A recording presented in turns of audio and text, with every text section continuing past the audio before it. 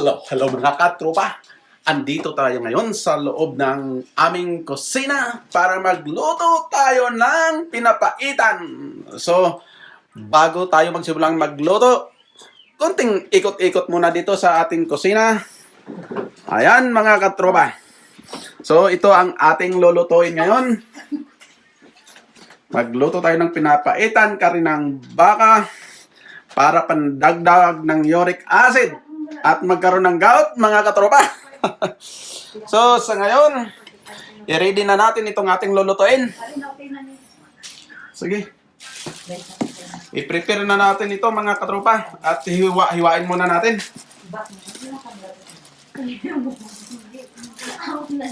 So, unahin natin itong hiwain, itong karni ng baka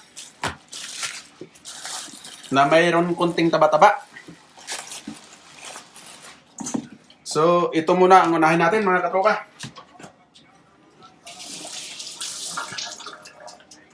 Magluto tayo ng pinapaitan at magmukbang. So, simulan na nating hiwain.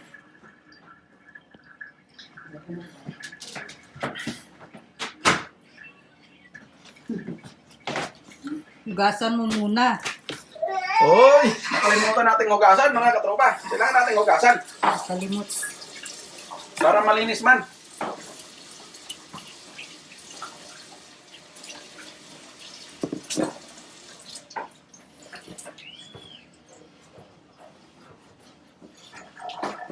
Sus, unsa man dong, murag may Alzheimer's. Why na niya?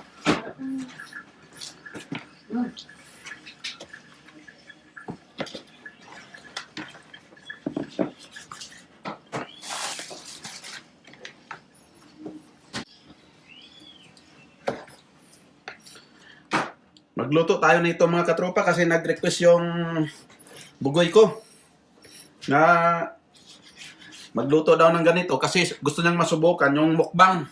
Kasi nung una, nung narinig ngayon sa mga vlog natin, sa mga vlog na pinapanood natin, dyan sa mga ka-vloggers natin, lalo na dyan sa mga Bukana vloggers, puro mukbang yung pinag-uusapan, at saka yung sa sa harabas na kagrupo din. Napanood natin, laging may mukbang. So, gusto ng bugoy natin na masubukan din daw yung mukbang. Kaya sabi niya, magluto tayo ng ganito at gusto niya makunting angang-anghang para pag naluto na, mukbang daw. Kasi lagi tayong nanonood dyan sa inyo, mga katropa.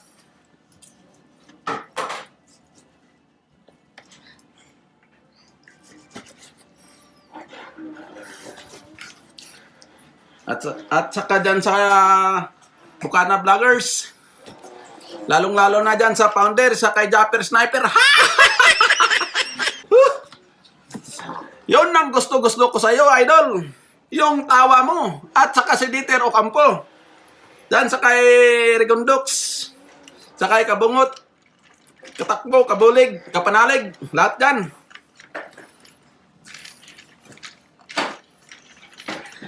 Dyan sa kay Idol Tolets. Lagi ka nang bida sa kamera ngayon. Dati-rati nahiya kang magsalita sa video ni Katakbo. Ngayon, idol.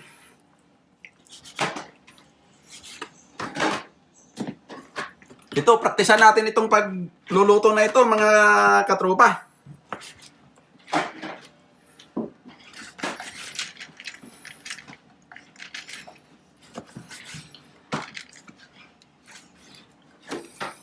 So, habang nagluluto tayo, habang nanonood kayo rin ng video ko na ito, sana ay nasa mabuti kayong mga kalagayan, lalong-lalo na ang buong pamilya nyo, mga katropa. Ingat-ingat kayo at sa ngayon na panahon, medyo lumalago yung COVID dyan sa atin. So, ito, sabi ng iba, yung buhay abroad daw masaya, pero kabaligtaran, mga katropa. Boring din dito. Lalong-lalo pa sa panahon na ito ngayon na taglamig dito sa amin. lugar lang ang maganda mga katropa. Malayong malayo talaga dyan sa atin sa Mindanao. At saka sa buong Pilipinas. Kahit sang sulok man ng Pilipinas, masaya. Napunta lang tayo dito sa lugar na ito mga katropa dahil lang sa kahirapan at sa matinding pangangailangan ng pamilya. At dito rin tayo tinapon ng ating kapalaran, so magtiyaga tayo. No choice tayo eh. Pinanganak tayong mahirap. Kaya kung saan man tayo dalhin ng ating kapalaran, pagtiyagaan natin.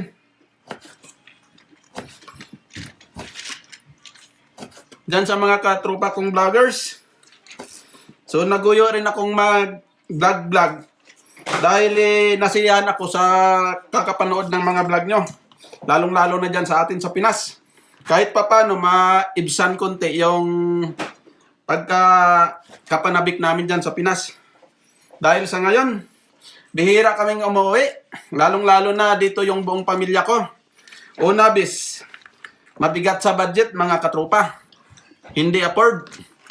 Pangalawa, kung mayroon man tayong budget, uuwi tayo, limitado din yung oras dahil may trabaho rin tayo dito, may maraming bayaran din na mga bills. Hindi rin tayo tatagal dyan. Sayang rin kung uuwi tayo ngayon at maubos lang yung oras natin sa quarantine. Kasi katulad ng mga kababayan ko din na taga Mindanao, umuwi dahil kailangan ng pamilya. Umuwi magbakasyon. Mahigit 2 linggo na sa sa hotel. Hindi pa rin nakalabas. So ang limit lang ng bakasyon niya, 1 buwan lang ang binigay sa kanya ng kanyang employer. Pero hanggang ngayon, nasa hotel pa.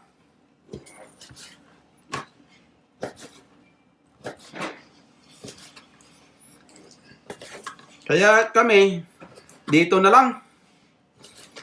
Gustuhin man sanang uuwi, hindi rin makauwi. Dahil walang pamasahe, mabigat sa bulsa mga katropa.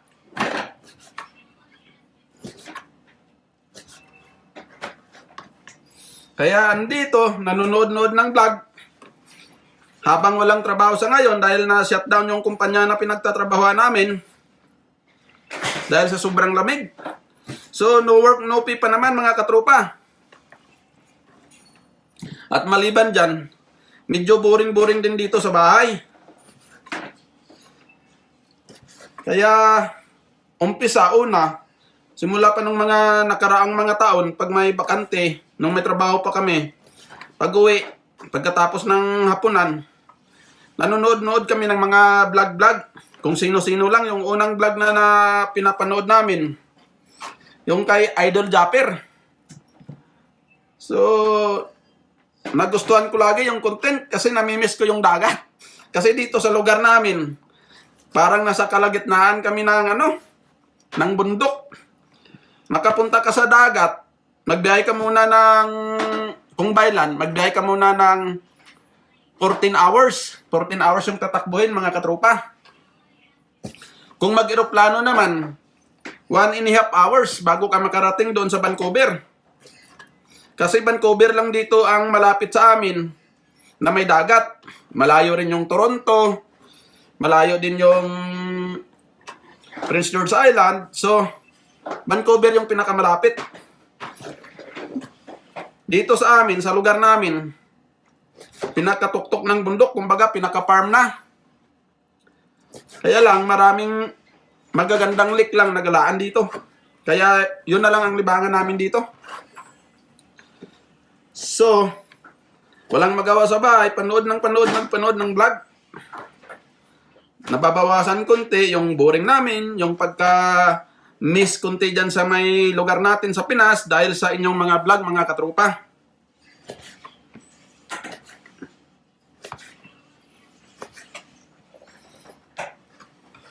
Kaya hanggang nitong bagong taon, naguyo akong mag-vlog din. Sabi ko, subukan ko rin mag-vlog.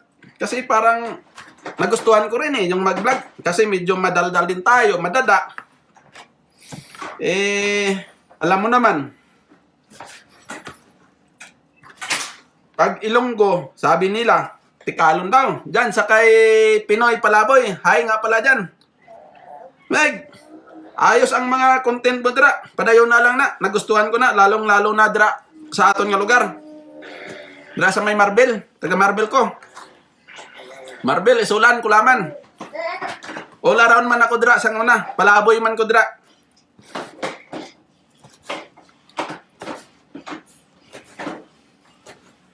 So, pinapangayo ko man ang gamay-gamay mo nga bulig Meg, i-promote man ang akon nga channel da sa imo nga mga subscribers. Diyan sa mga katropa ko din. Diyan sa mga taga Bukana at saka kay kaibigan kong Rigundox. Bro, kunting tulong ko tulong naman kahit baguhan, wala tayong knowledge dito walang ideya. Kaya lagi akong nag-chat-chat sa inyo. Sana matulungan nyo rin ako na kahit paano gumanda-ganda din yung takbo ng channel ko. Para pagdating ng panahon, in advance, thank you na rin muna sa inyo. At pagdating ng panahon, ito, makatulong rin tayo sa ating pamilya doon. Kasi alam mo naman, laki tayo sa hirap, nakatira rin tayo sa bundok doon dyan sa Pinas, sa lugar namin. Umayos-ayos na lang ng konti kahit papano dahil nakapunta tayo dito sa abroad. Nako, buhay abroad, maliban sa Boryong, kayod kalabaw ka rin. Kaya, ang akala ng iba dyan, maganda yung abroad. Mabuti-buti na lang ngayon, kahit papano naibsan konti yung pagkapanabik ko dyan sa ating lugar dahil andito na yung pamilya ko. Pero, yun pala. Mas lalong hindi ka makaipon pag andito yung pamilya mo sa abroad dahil unabis lahat dito gastusan. Dollar yung kinikita mo. Dollar din yung gastos mo mga katropa. Noon nung ako palang mag-isa, kahit papano medyo raos-raos rin ng konti sa pamumuhay. Dahil mag-isa lang ako dito, binabayaran ko lang. Isang maliit lang na kwarto, ang importante may tulugan lang mga katropa. Pero ngayon, nandito na pamilya ko, naku! Mag5 taon na, hindi kami nakauwi. Dahil unabis, kulang sa budget. Pangalawa, pandemic pa. So, andito na ngayon, nakatingga na lang.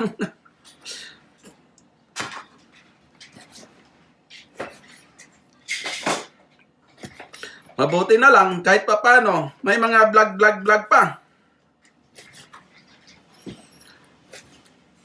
Diyan sa Harabas Group, sa kay Jeep, sa kay Dalaman, sa kay Naldong Putik, kay Plong, kay Bugs, kay Haraben, kay Rabon, kay Rabe.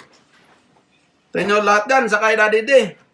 Sa kay Naldong Tangkad sa bagong adapt, sa mga editor nyo dyan, sa kay Mrs. Sarabas, hi and hello dyan sa inyo lahat.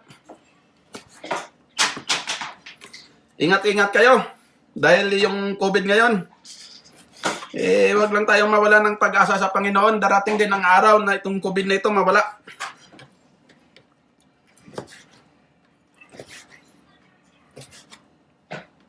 Dyan sa buong pamilya ng mga Bukana vloggers, ingat-ingat lang tayo mga ka-idol, mga katropa.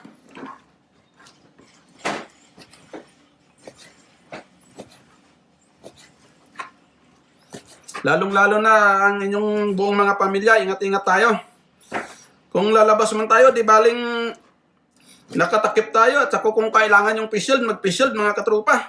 For protection na rin yan sa atin at para sa pamilya natin. Ginagawa naman ng gobyerno natin lahat. Pero talagang wala, nationwide talaga.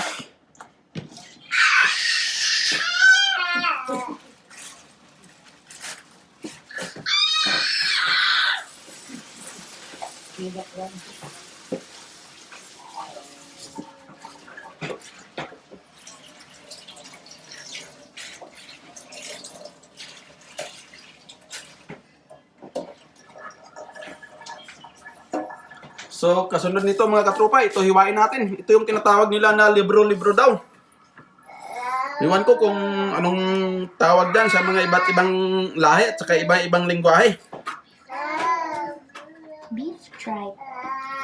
Beef tripe daw ito kung sa English. Paano? Ang tagal na natin dito na nagtatrabaho. Kahit English, hindi tayo ganong eksperto. Sanay kasi tayong gumamit ng ating lingwahe. Tagalog, Ilonggo, Bisaya. Minsan, kahit papano, Ilocano na rin. Sa mga Kapampangan, konti-konti lang. Diyan din sa kay Jamie Speaks TV. Magandang araw dyan sa iyo, idol.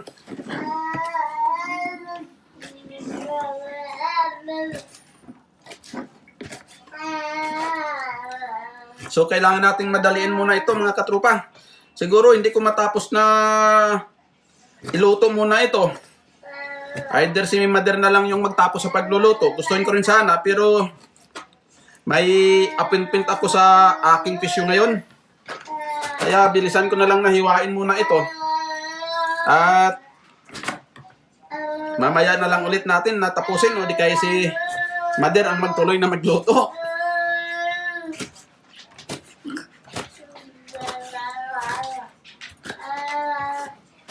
Tinapos tayo ng oras eh.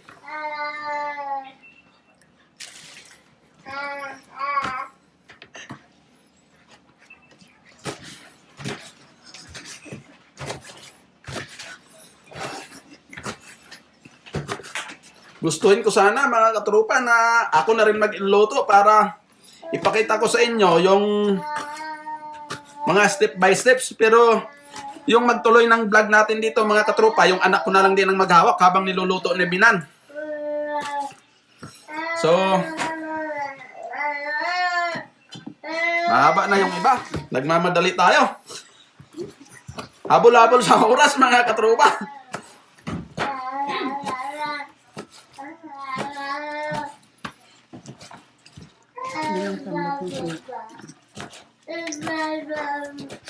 Nagpapisyo kasi ako. Kinapos ng oras dahil may pinuntahan pa ako. Pumunta pa ako sa eskwelahan ng anak ko. At pumunta din kami sa store kanina. Naghanap ng bigas na binibili namin. Kaya lang nakailang store kami na pinuntahan. Wala. Mayroong isang store kami na nakita. Pero ang layo dito sa amin. So, alanganin na ka. Uuwi na tayo dahil magluto pa. At may appointment pa ako sa pisyo ko. Kasi mga ilang sesyon pa yung pisyo ko bago matapos. Dahil na-aksidente tayo nung nakaraang taon, mga katrupa. Timing pa dito sa Remembrance Day ng Canada. Buti na lang kahit papano, medyo mahaba-haba pa yung swerte natin. Binigyan pa tayo ng Panginoon ng mahababang buhay. Kaya pasalamat tayo doon. Sasakyan ko lang yung nayari. At ako naman at yung kasama ko, sa awa ng Panginoon, wala namang gaanong sakit na naramdaman.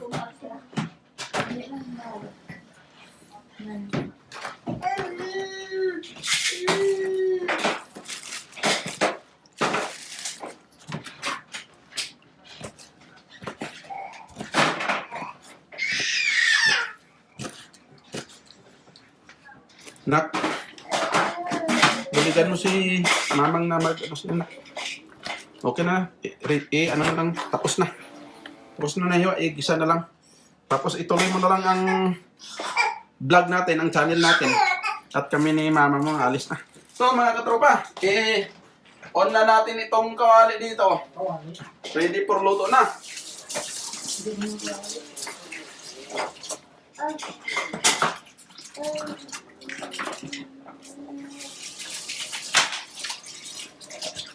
So, ipakita na lang ng anak ko kung paano magluto. So, mga katropa. Uy! Bago ang lahat pala, mga katropa. Ito yung katropang apo natin. Si Kadindoy. Hello! Hello muna sa mga katropa. Ayan. Nag-albruto kasi gustong kargahin. Gustong magpakarga. Okay, mga katropa. Pasensya na at hindi tayo tatagal muna sa pagbibideo. Aalis muna kami, pupunta sa pisyo. At saka, see you mamaya ulit sa pagmukbang. Okay, mga katropa. Bye-bye!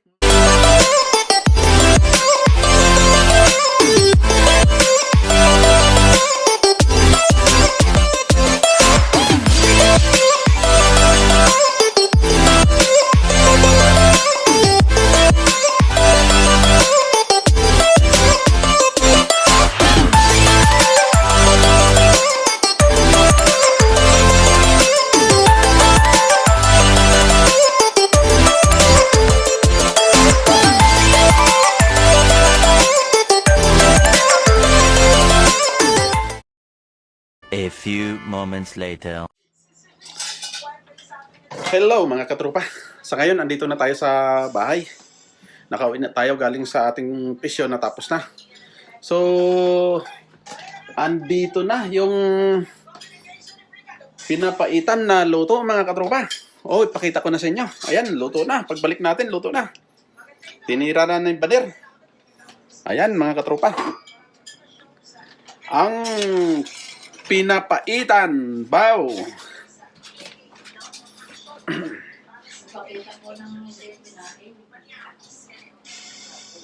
Tikman natin ang lasa ng pinapaitan.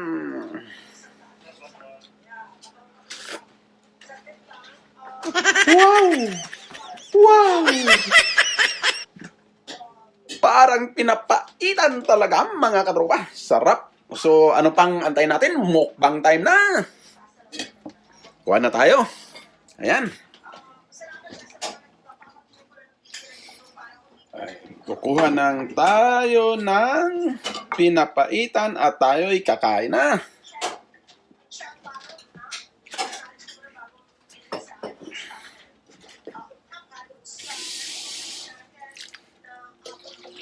Oh. Nakakatakam-takam talaga ito mga katropa. Oh, tingnan nyo.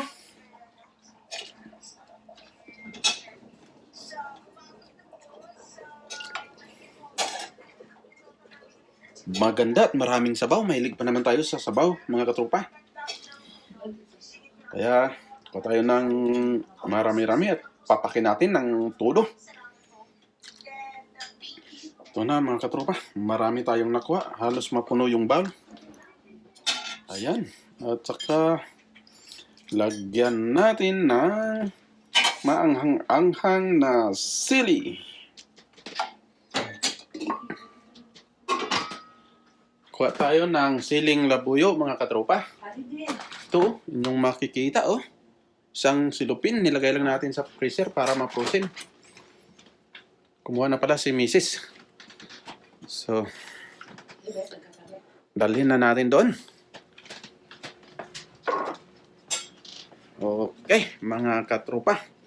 I-plaster natin ng maayos-ayos para makita ninyo ang ating mukbang ngayon. Ayan. Kuha lang tayo ng kanin, mga katropa. Oh, ayan mga katropa. Wala ka nagkuha sa... Andito na tayo. Ito na yung ating mukbang ngayon. So, itaas natin ng konti at hindi gaanong kita. Yan. Ito ang maganda sa ating mukbang, mga katropa.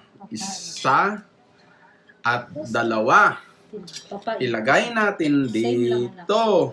Yan. Isain natin para magkalasa-lasa ng konti.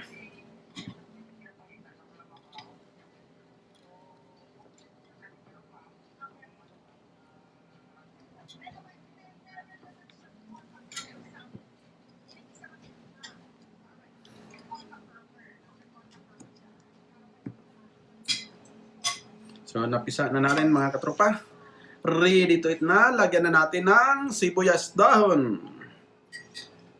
Ito yung tinatawag nila na onion leaves.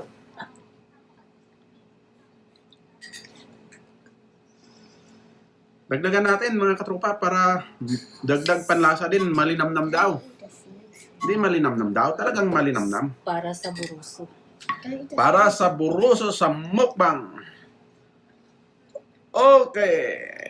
Pero bago tayo kakain mga katropa, manalangin muna tayo. So, sa panalangin natin, hindi tayo sanay sa panalangin na salita ng Tagalog. Pasensya muna mga katropa. At ito'y Ilonggong-Ilonggo. So, in the name of the Father, the Son, of the Holy Spirit. Amen.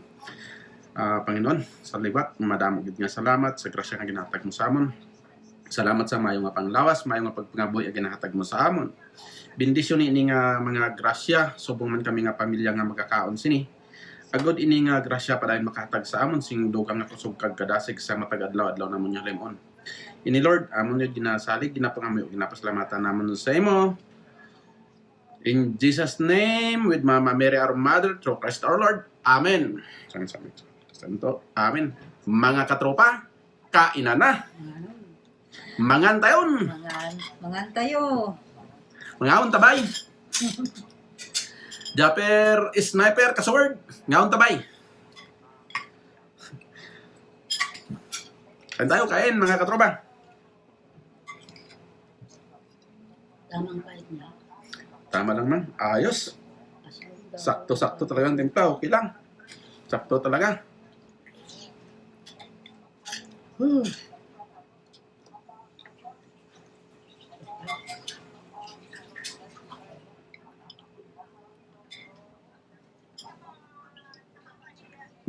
Sarap yan.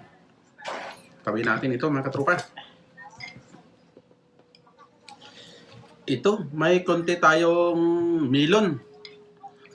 Pakwan na ang laki. Parang sangkis lang. Maliliit, walang malalaking pakwan ngayon. Tapos maputla. Gumulong kasi sa loob ng sasakyan. Siguro kinabahan, kaya maputla.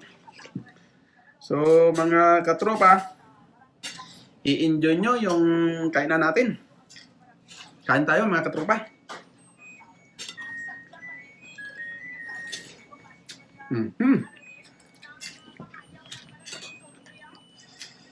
Ano dyan? Sabi mo magmukbang ka, hindi ka nagsabaw. Yan, kinain mo may ano yan. Panghimagas na yan eh. Dapat kumain ka muna.